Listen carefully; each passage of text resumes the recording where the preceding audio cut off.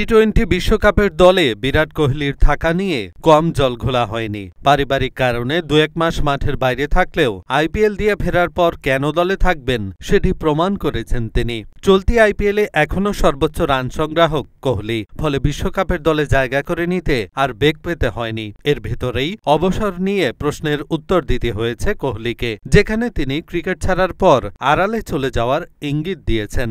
বেঙ্গালুরু ফ্র্যাঞ্চাইজির একটি অনুষ্ঠানে নিজের অবসর নিয়ে কথা বলেছেন কোহলি। সেখানে দলটির ডানহাতি ওপেনার বলেন, সহজ কথায় বলতে গেলে আমি কোনো আক্ষেপ রেখে যেতে চাই না। মাঠ থেকে যা যা পাওয়ার নিয়ে যেতে চাই। যতদিন খেলব নিজের সবটাই দিয়ে যাব, কিন্তু যখন খেলাটা শেষ করব তখন চলে যাব। আপনারা আমাকে অনেক দিনের জন্য দেখবেন না। প্রতি ম্যাচে নিজের সেরাটা দেওয়ার তাড়না কোথায় পান? এই প্রশ্নে কোহলির উত্তর, বিষয়টা সহজ। খেলোয়াড় হিসেবে আমাদের ক্যারিয়ারের শেষ আছে, এটা ভেবে ক্যারিয়ার শেষ করতে চাই না।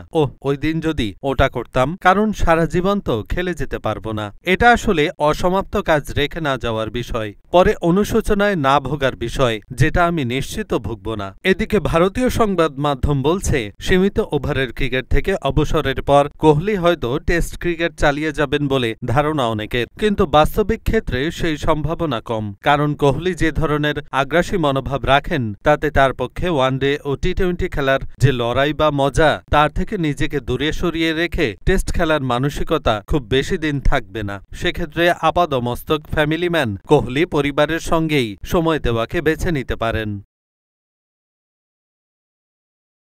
এহসানুল হক, ঢাকা পোস্ট।